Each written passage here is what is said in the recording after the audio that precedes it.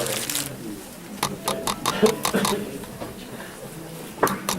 your head. Father God, we thank you for this food we received. We ask you to bring your guidance and your wisdom to this board as we do the business of people of this community. Father God, we ask you and we pray you bless those who are homeless, those who are exposed to this brutal weather. Comfort them. Help this community provide for them. Finally, Father, we ask you to bless all those who protect our freedoms, wherever they may be. Help them to defeat evil. And we pray all this in your Son's name, Jesus. Amen. Amen. Pledge.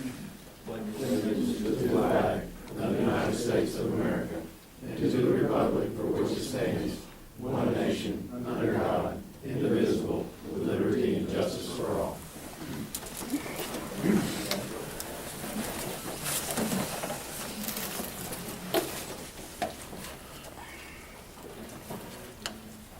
First thing is agenda review and modifications. Do we have any changes to the agenda? So moving on. Got the discussion agenda. First thing on the discussion agenda is election of officers.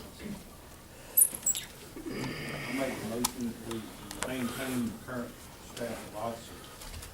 Second. Any discussion? Other nominations? All those in favor say aye. Aye. Approval, or whatever that is. Okay, Mr. Chairman, members of the commission, the next item for you is approval of an indefeasible right of use agreement with the Kentucky wired system. This is basically a 20-year lease of fiber. 27. Yeah, sorry, it is 27. This enables us to cooperate with Kentucky Wire, get some efficiencies, gain some efficiencies in terms of construction costs as we upgrade our fiber backbone and help to position OMU for the fiber to the home deployment that we're under. Austin's here to discuss the IRU agreement if you'd like to discuss it. I think he's put together a quick presentation. If you would like him to run it through it, he'd be glad to do it. Yeah, so I got several questions. It's a little vague. Okay.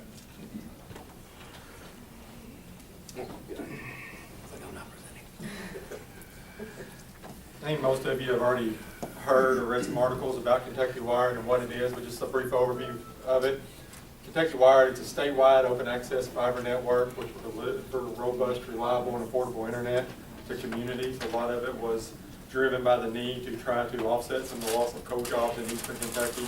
So the state of Kentucky got behind an initiative to try to get broadband technology to the foothills of eastern Kentucky so that they could try to land some more jobs in that area, and then it ended up growing across the whole state. It's needed because a lot of the current providers say it's too expensive for them to build out the high-speed, high-capacity network needed in parts of the state. So the state stepped in and they said they would come in and build the backbone of the fiber network. And to complete this, Kentucky Wire depends on building the state and local partnership that provides not only backbone connection, but also the last mile. They also refer to that as the laterals, basically connecting to the sites that they need in the communities. And the initiative will hopefully drive economic growth and improve quality of life.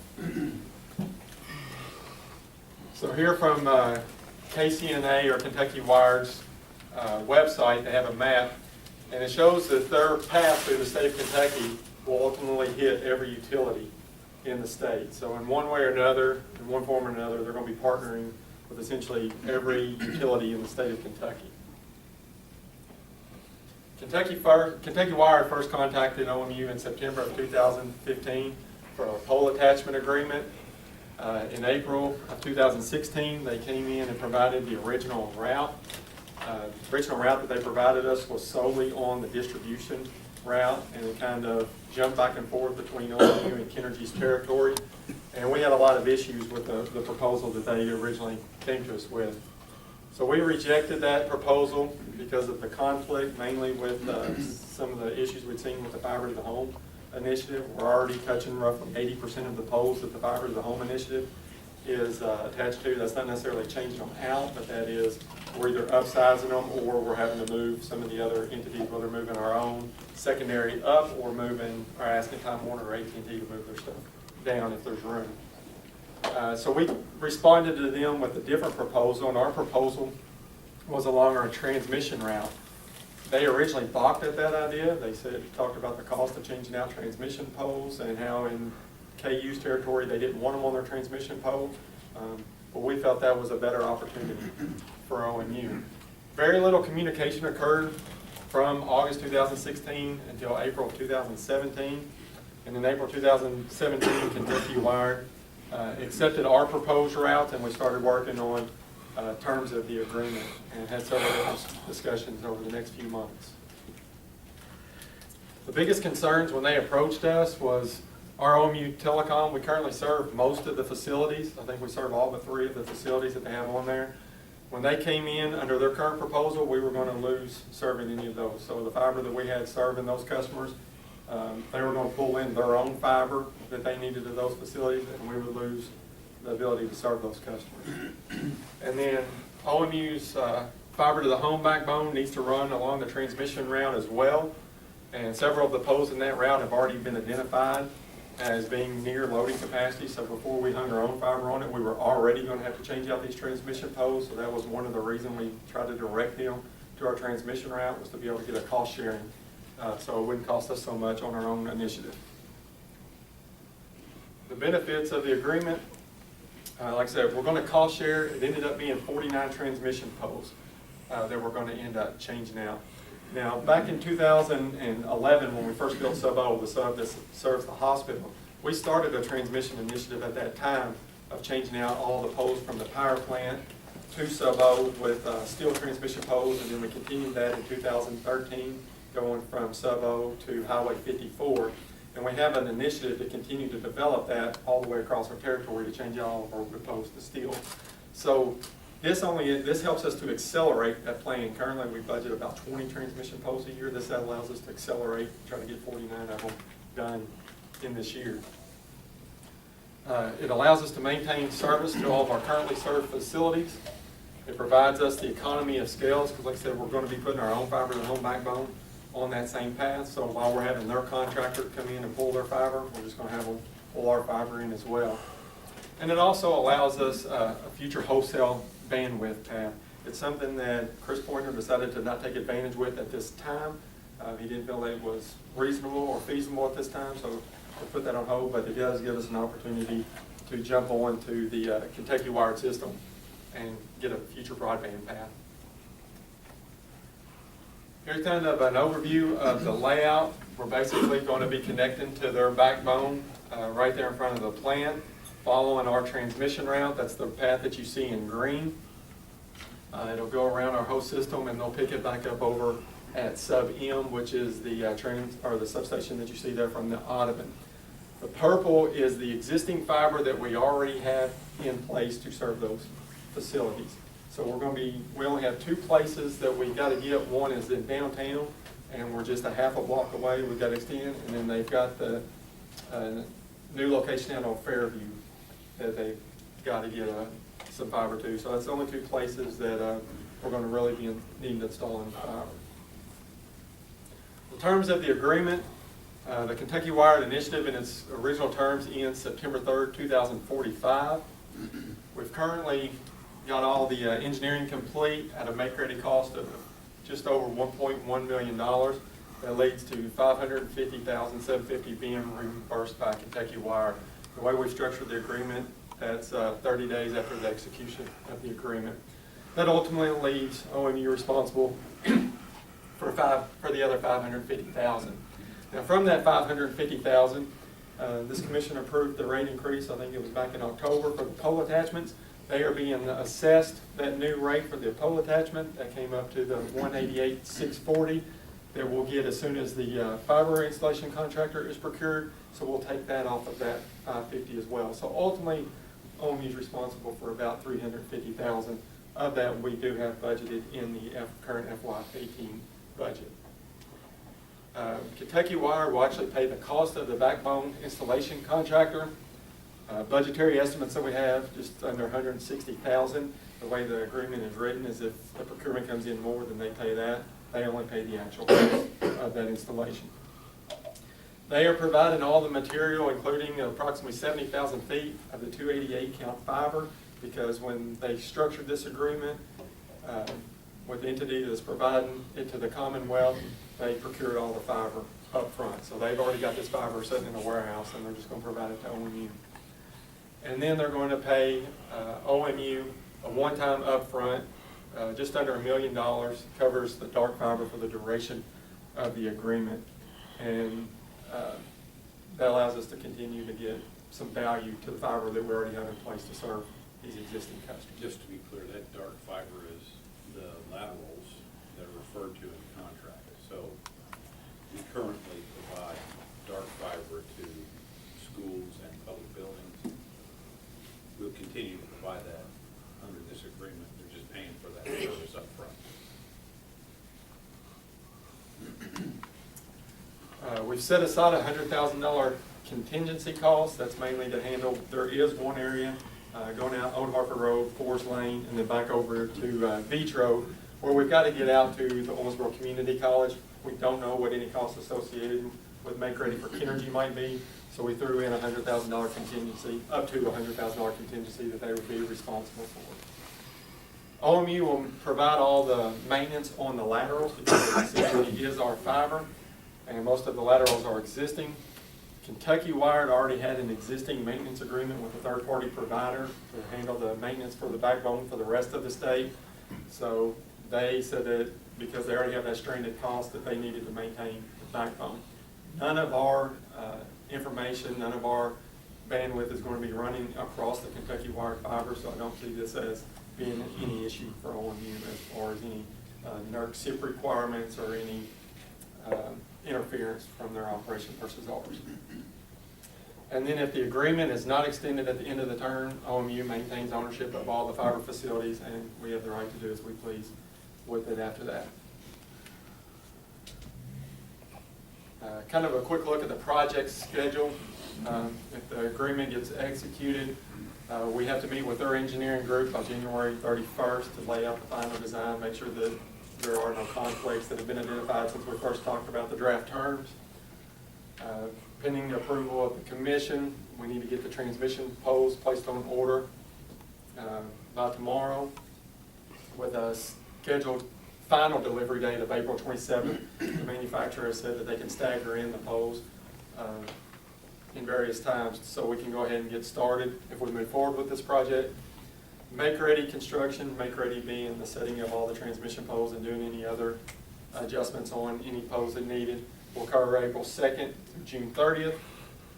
Fiber backbone installation will begin June 4th through the August 17th. The Kentucky Wired acceptance in August 31st of this year. Some budget considerations that we have, like I said, OMU is ultimately responsible for about $550,000, of which $150,000 is going to be covered under the pole attachment. We still have to pay Kinergy their share of the pole attachment for the route out to the community college, so we've set aside just under $34,000 to handle that. We have $350,000 budgeted in the FY18 delivery capital budget.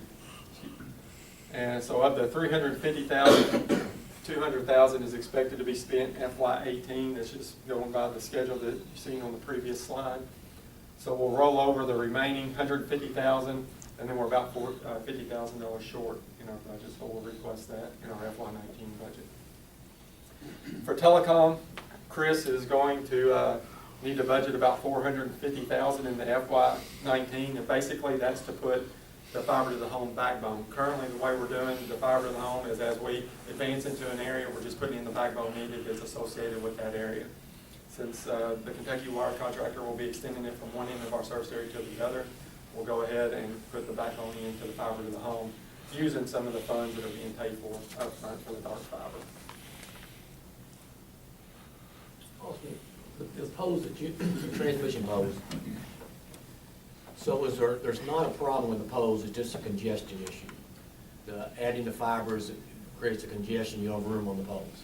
They're getting to their loading limit. Several of the poles from Highway 54 into the Heartland area, they were double circuited, distribution line was pulled under, and then you've got other communications. So if we put too much more communications So, on that. but if you didn't run the fiber lines, you wouldn't need to change them? They're at the verge of needing to be changed anyways. They don't have the safety factor that makes us comfortable. That's why we started the initiative back in 2012, starting at the plant, to start getting that as a steel transmission route all the way to our sub-F There was a substation. change in the National Active Safety Code. After the ice storm in 2012. Well, I think hurricanes in 2007, wind loading became more prevalent than ice loading. So we're just moving it up to the next standard before we change those poles out. But currently, they meet the requirement when they were installed. So you would change them without the fiber going on there, what you're telling me?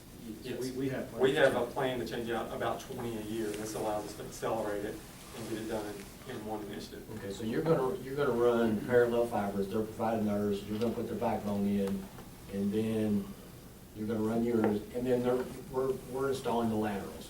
The laterals are actually feeding the customers.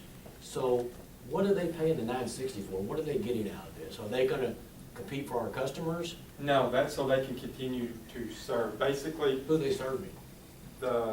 like the judicial center, anywhere that has a state public defender's office, the community colleges, they're gonna serve. So basically, any state entity that currently is utilizing our fiber. The answer to your question is that the whole premise of Kentucky Wired was that the revenues for the sale of bandwidth from educational institutions, county government facilities, state government facilities, were sufficient to support the bonding that they did to borrow the money to build the system. So while we'll still continue to receive, we're getting it up front, the cost for the dark fiber, they will receive a reimbursement from each entity that hooks up to our laterals for the use of bandwidth. So there's a revenue stream that they're getting. We don't get that revenue. From their backbone to our lateral, their backbones will run off our laterals, but we're maintaining the laterals. So what is the actual cost to maintain the laterals? Very little, because we don't, unless a pole gets hit by a car. And what'd you base the $960 on? Where'd that number come from? That's currently, my understanding from Chris, that's currently what is similar to the city rate that we provide fiber service to the city for. So, yeah, so we provide dark fiber service to a number of customers at a rate that you have approved. And this is effectively taking that rate and projecting it forward to determine this contract so they can pay it all up front, because they're using that bonded money to make that payment. From everything I've read, this Kentucky Wired is not too popular of a project in current Frankfurt. So we will make sure we get paid before we move forward. And that's why we structured this. So the biggest cost that we're gonna have, that has some cost to us, is the transmission poles. And that's why we want to structure the agreement 30 days from execution, that we get these. I think the money way for to the think about it, transmission poles. Tony, is that were it not for us doing this IRU, they would have to pay way more than the $900,000 to route, to pay our make-ready costs on our poles and then our pole attachment fees for the routing that they would go. This is saving them money and saving us. Sounds like a good opportunity for us. I think so. We get the opportunity to have 90% of our transmission system replaced at about 40% cost. And you figure in the pole attachment fees into 50% of that grade costs. They've done a really good job of negotiating this agreement. Pat and his guys have worked hard on this as well. This is not an easy agreement. That's one question I had, it's like a 59-page. This where it's at, and you had to review this completely and all of, Yes, legal. made suggestions, we got a lot of No little changes. loopholes in there that gonna come back and burn us later. I went through it, and I asked Pat and Austin and Chris were able to answer all my questions on all the risks that I had asked about, and I'm satisfied that this is a pretty good contract for us. Taking that $960,000, we're gonna end up with a net of about $500,000, right? Yeah. Versus that, when you take off the $350, end up with that $500 or $600. What's the upgrade to the poles? Yeah, and when this is done, I think we have about just over 560 transmission poles. We're gonna have roughly half of our system is either gonna be steel or concrete, and all those are rated, for 200-mile-per-hour winds. So we're getting a really robust, reliable system by changing out the transmission and all. Make a motion to approve. Second. The motion you're approving is to allow the chairman to execute it on behalf of the utility company. Any other discussion? All those in favor say aye.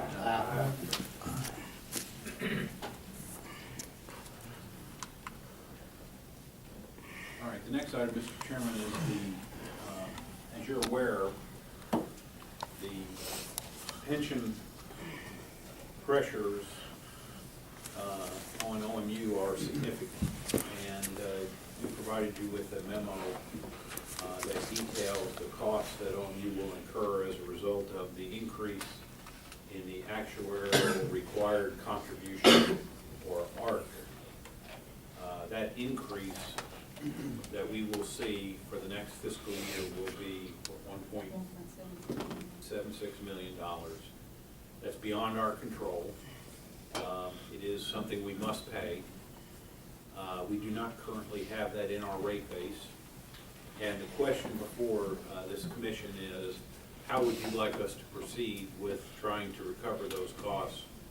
Either the two choices, as I see them, are you can recover them from reserves and not pass them on to customers, or we can go before the city commission and request a base rate increase. These are recurring costs that will occur each year, and request that base rate increase from our customers. If we do decide to do that, we recommend that you also request the increase would include 2 years of the 2.5% increase in the city dividend that we anticipate, that we have committed to for the next 2 fiscal years.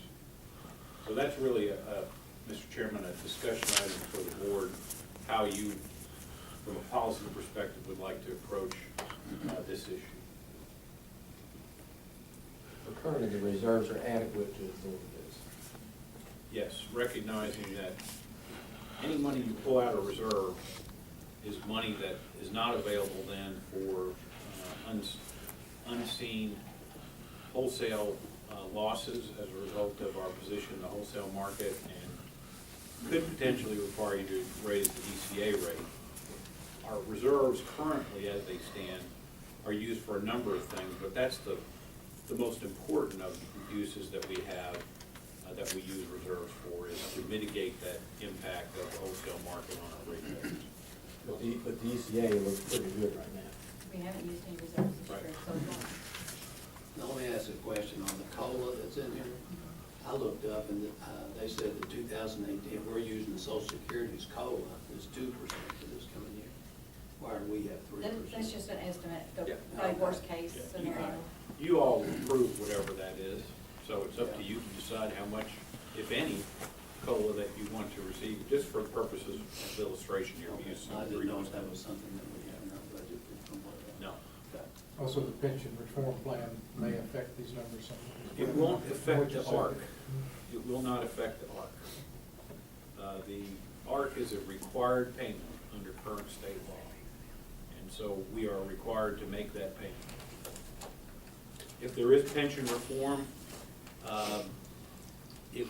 that would have, Mr. Chairman, you can probably describe better how the ARC may be affected by any pension reform. Presently, any legislation that's been brought forward has not changed the ARC rate. You might change the ARC, you might keep going. But there could be emergency legislation that goes backwards. This is a problem faced by all state, county, and city governments. I think the number for the city is closer to $2 million in ARC increase this year. RWRA, county government, everybody who's in the pension system has this issue in front of them. I prefer to take it out of the reserves. I think that's what we had before. We deplete it, and we gotta go back and replenish it. I think as long as we got the reserves covered. And we're ahead of budget, the fire sales look good. They do, but that can Well, switch pretty quickly. I understand, but I mean, for now, those look pretty good. So, I'm not asking for any specific action on this item, I just need direction from this board because we are preparing, getting ready to start on our budgeting process. And this is important that we understand how you want us to treat this, as all of our financial models are impacted by whether we increase rates or whether we absorb this out of reserves. I'm gonna tell them, yeah, you'd rather see us take it from these folks. I agree with them, especially until we have a chance to see the budget and how those reserve levels come out in the budgeting process. Then we might have to look at it. Right now, I agree. Okay. There was an interesting thing that happened though, just to the side, to the pension. In the budget, he doesn't use the new funding level funding that he recommends in the pension bill.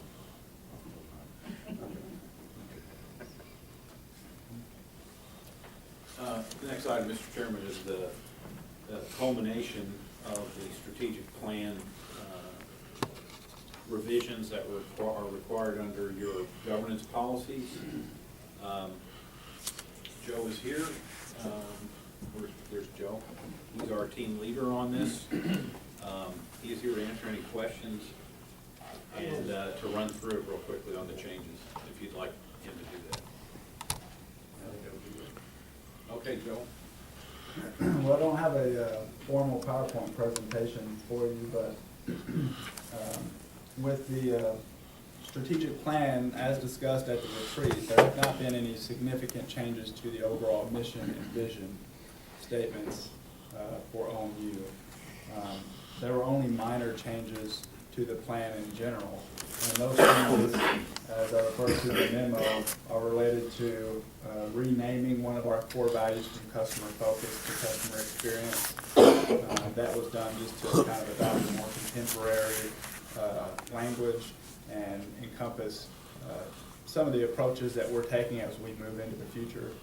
And then with the key result areas, most of those also stayed fairly close to what they were in the previous plan, with the exception of customer service and satisfaction and the infrastructure and operations.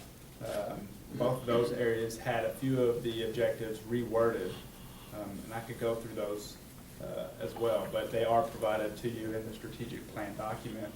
Those rewords are similar to how the decision was made for rewording the customer focus to customer experience core value. Is just kind of to update the language and put it more in tune with the current organizational environment.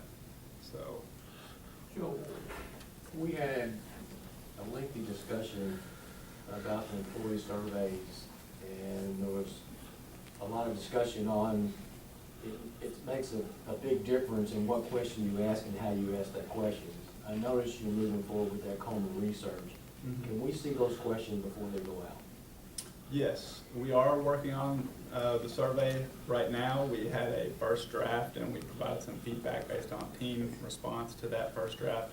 And Coleman Research will provide us a final draft. Once we have that, I would be comfortable sharing that to you before we administer it. Thank you. I think you have to recognize as you review those questions, commissioners, that the questions are structured in a way to achieve what Comer Research would constitute a statistically significant result from the survey. So questions are asked in a specific way for a reason. May seem like there's duplicative questions being asked. They are being asked purposefully in a little bit different way in order to validate the survey itself. So just, Well, I agree, but what we don't wanna do, we don't wanna pay for a survey, and this commission come back and question the validity of it. Oh, absolutely. So we need to know about it now instead of after the yeah, fact. no, I welcome your review. Just just recognize, I mean, when we went through it as a team, that was our observation, was why are we asking this same question in two different places? And the reason is because we want to validate the results. To add to that, the survey has a number of ranking questions that have hit upon the areas, Joe, you can speak to this as well, that you showed, you mentioned some concern in the ratings, but, and then there's just some ranking of those, and then there's also the open-ended questions, because you had indicated, and rightfully so, that you would like some more kind of comments and feedback in that. So there are questions that as well. And we're hoping that this survey will be administered and there will be a summary report for you to review, which kind of breaks down the responses. And from that, we may or may not, according to your direction, pursue focus groups if you have any particular concerns that come out of it. When will that be done? When will you have the survey completed? Well, if everything is according to the present timeline, we should be administering it in February. And When will you have the commission review? say within 6 to 8 weeks after. When will you have the questions? Oh, the questions of the survey. We're hoping they get those finalized within the next week or so. I'd like to compliment the way the staff is going about lining up this survey and the way it's going to be administered. It looks like it's on the up and up. That's good. Very thoughtful. Thank you. We will need a motion on this. All those in favor say aye. Aye. Voting on the procurement. Procurement card policy, basically, the changes were suggestions from the internal audit, the most recent audit back in November, December, to make our policy stronger. So instead of saying may not buy alcohol, we wanted to say shall not. Things like that, tips cannot exceed 20%. We added a fraudulent 1-800 number for employees to call if they recognize fraudulent activity on the card or anything like that. We've not had any issues with any of these problems, but we just want to make our policy stronger.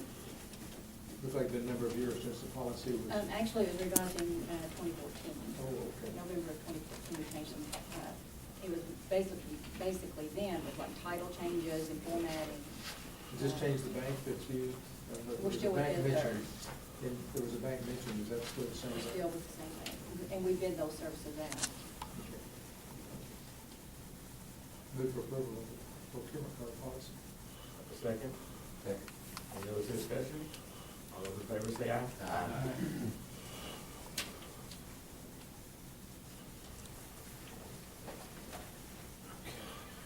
Government policy. This is just a spot on the agenda to see if we have any, if we as the commission have any input going forward on how we're going to change these, or if we're going to change them right now, or what is your pleasure moving forward? It was my understanding that as a committee was developed to go through the government policies, and one of these commissioners would be on that committee to kind of give their take on things and help guide it. And I haven't seen that happen, you know. I don't have a volunteer yet. Okay, I'm just telling you.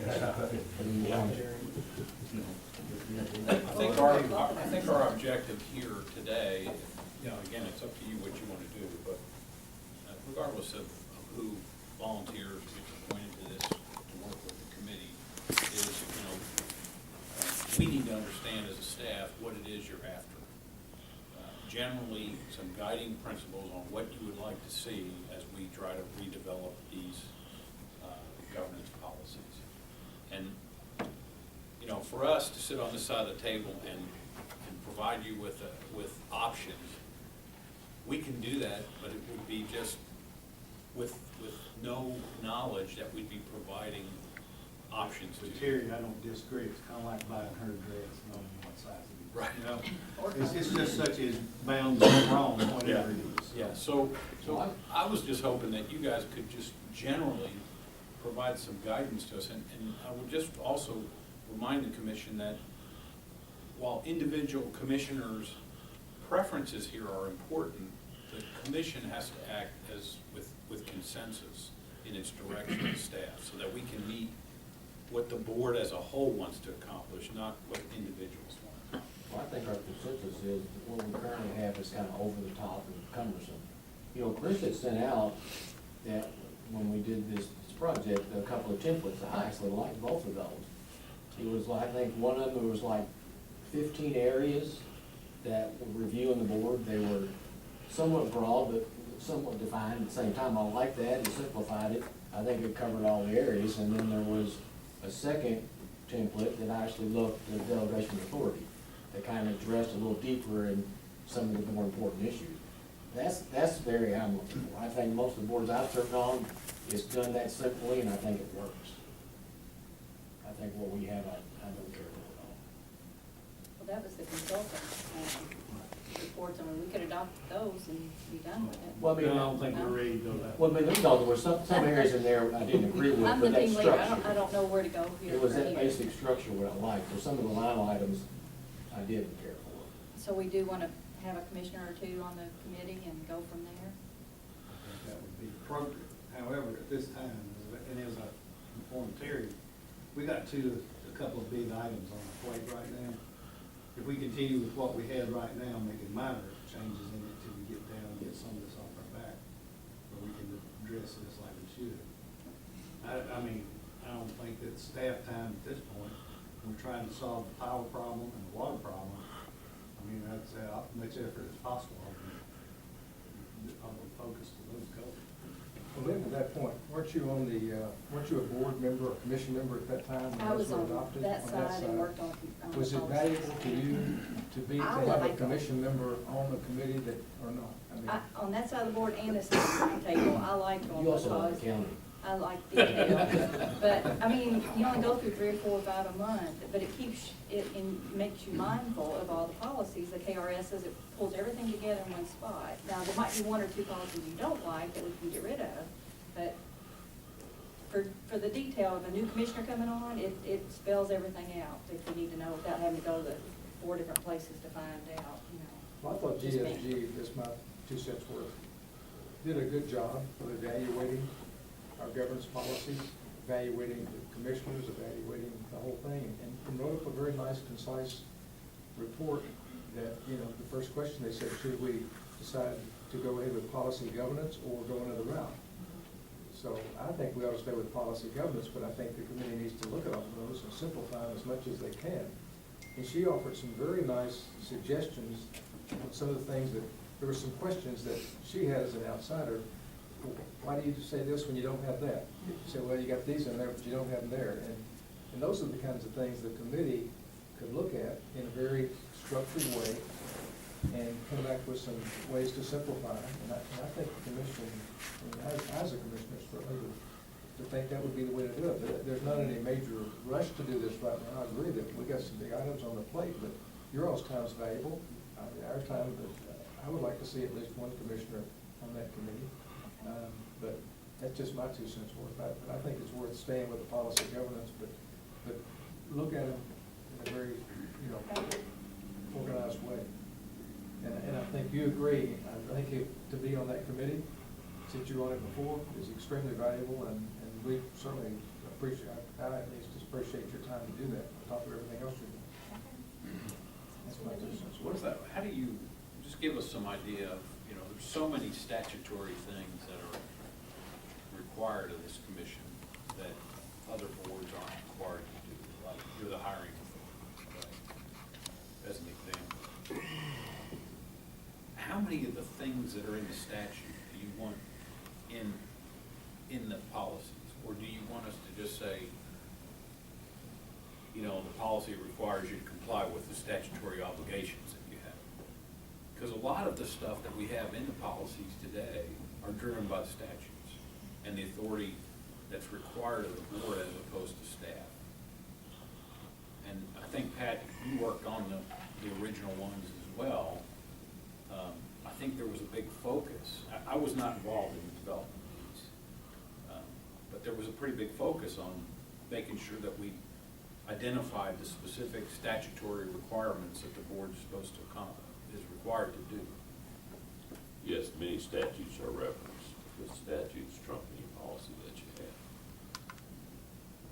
have. The good thing about that is that for some commissioner coming on, I mean, it's right there, you can find it in one area, instead of having to go back and look at, when I first came on, that gave me a list of statutes, about this thick, they were all scattered out throughout the KRS regulations. Well, any guidance you Gives you a can place to provide. see them real quickly if you need to go find it. It does, but I think that's where it gets to be overwhelming. It does, I agree. And we have an attorney that's at every meeting that is not going to let us go against statutes. So I don't know that we need to review them twice, he is, and that's why he's here, is to see to it we abide by the statutes. So I feel pretty confident that they're being reviewed by somebody all the time anyway. Agree with those.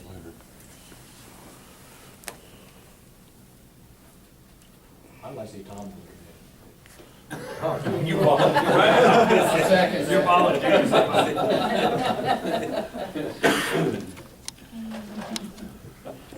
got a lot of common sense in Had a motion and a second.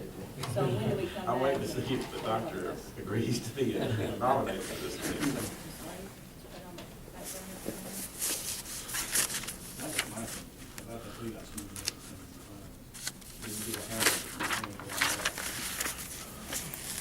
You know, in, the consultant said that she would pursue anything like this in any other place.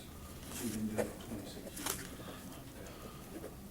And even some of the templates that she gave, you know, and obviously some of those things couldn't apply to us. So, they were just a template she used, I guess, as other boards and other places that she would use and works on. She's come up with some ideas there, but I mean, it wouldn't, you couldn't just say, okay, we're gonna rubber stamp those and be out there. So do you, Mr. Chairman, do you want to try to appoint somebody or work at a later date, or you just want to table the whole thing for a later date? Let's table the whole thing for later, unless there's objection to that. Need a motion and a second? No. I don't know.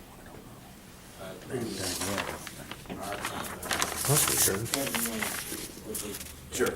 So we've got 3 lab techs at the power plant that run all of our boil water analysis, do environmental analysis, FGD chemistry. Every startup, no matter around the clock, we have to be there. And we did report to the plant chemist who retired in October. As we're looking toward the future of the power plant, that was one of the positions that was going to be potentially reduced anyway when Unit 1 comes off. So we didn't backfill that. We had put those folks under the performance engineer. There's some overlap in his responsibilities. Performance engineer has gone on to greener pastures. We're not going to backfill that job with the short time frame we've got left for the future of the plant. So now we need leadership for that group, because they do have to schedule overtime and those kinds of things. So what we think the best solution is to create a working crew leader position to oversee those folks. They'll be doing the same work they are, but also be their supervisor, and we'll be working call-ins and those kind of things with them. And it's likely that the crew leader will come out of that group. It's not a 100% guarantee, but it's likely. And you know, if you look at it's a significant cost savings from if we had backfilled their previous supervisor, the plant chemist. So I think it's a way that gets us to where we need to be for the future of the plant, and with the most effective and least cost for that group. Same head count, $22,000 year savings, I say we approve. Second. Any further discussion? All those in favor say aye. Aye. Thank you. Consent agenda. Move for approval. Second. All those in favor say aye. Aye. Now we're to the performance. Okay, Chris Pointer's at a board that he serves on. He actually serves on the Kentucky Wired Advisory Board, and he is at their meeting today. So he provided 4 or 5 slides for you on status. Everything's on track. We're actually ahead of track in terms of revenues, net margins. Everything looks good on the telecom system. there any questions? We'll move on to the second quarter financial update. All right, we've provided you with the normal presentation. Laura's here. If you have any specific questions, she'd be glad to run through any questions that you might have. A good quarter, ahead of budget. So, nothing that I have any concerns about in the second quarter.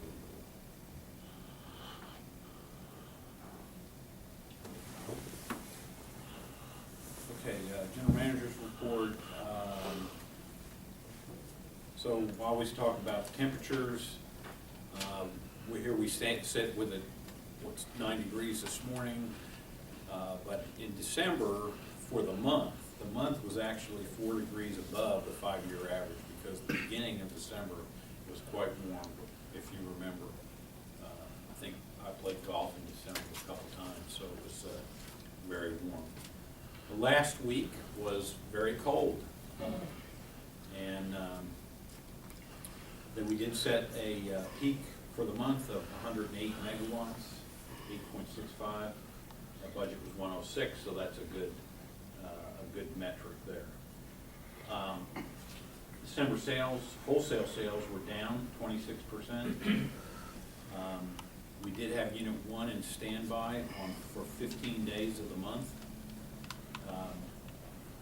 We did see in the last week between Christmas and New Year's some prices that were $70 a megawatt hour in the day-ahead market. We saw some hourly prices that were triple digits during that week as well. Our margins were above budget even on weak sales, and that was primarily due to our hedge performance. The fact that we had sold forward quantities of energy several years ago at higher prices than the real-time and day-ahead prices we're able to achieve for the month. January has been brutally cold, as we all know. We've had some very stout prices. The units have performed very well during the period, and I'm hoping that we're going to have a very strong January financial performance if the month continues the way that it has. We have had some transmission related constraints getting power out into the market. That's been driven by the fact that everyone who has surplus is trying to jam as much power into these high-priced markets as possible. As Lynn mentioned, we have not had to use any ECA reserves through December. That's a good thing. We had planned on using some ECA monies in December. I'm hoping that January will result in the same, and we'll be ahead of budget on our ECA reserve usage. Could I just ask you a question there?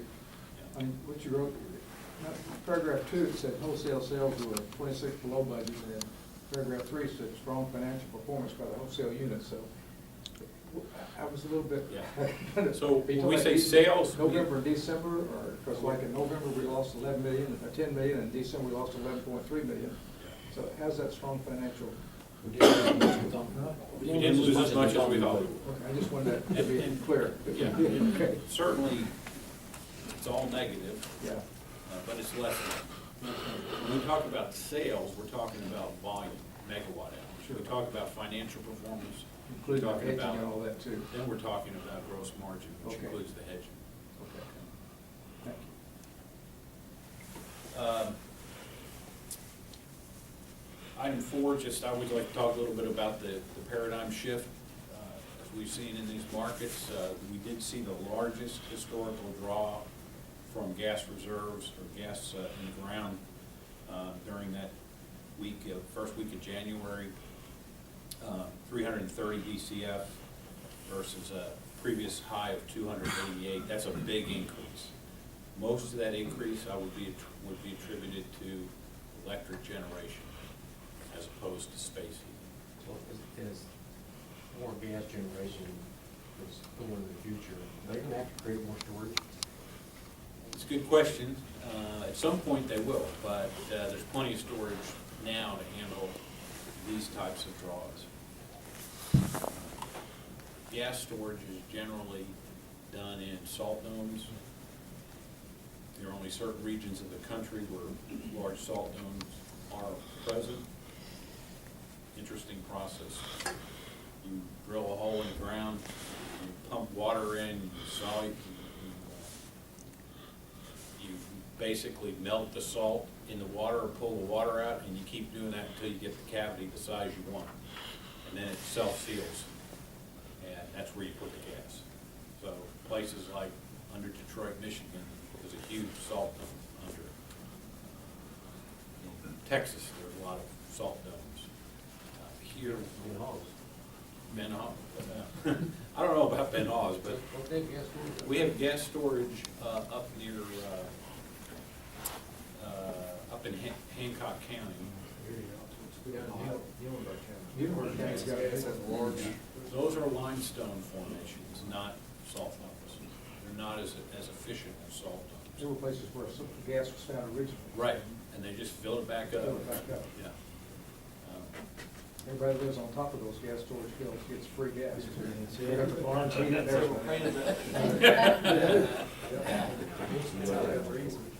Eventually you will. We did actually see some wellhead freeze-offs when when temperatures get really, really cold. The liquids in the natural gas can freeze off and cause the wells to not be productive. And we did see some of that happen in the Northeast, in the Pennsylvania, West Virginia, Ohio area. Unit 2 had a great month in December. I think I actually got this wrong. I think it's 99.08%, not 98.08, so it's 99.08%. Had a few hours where we had some D-rates, but other than that, the unit ran great, which is really, Kevin and his team are doing a great job of keeping those units as available as possible. We are going to have an outage this weekend on Unit 2 because of some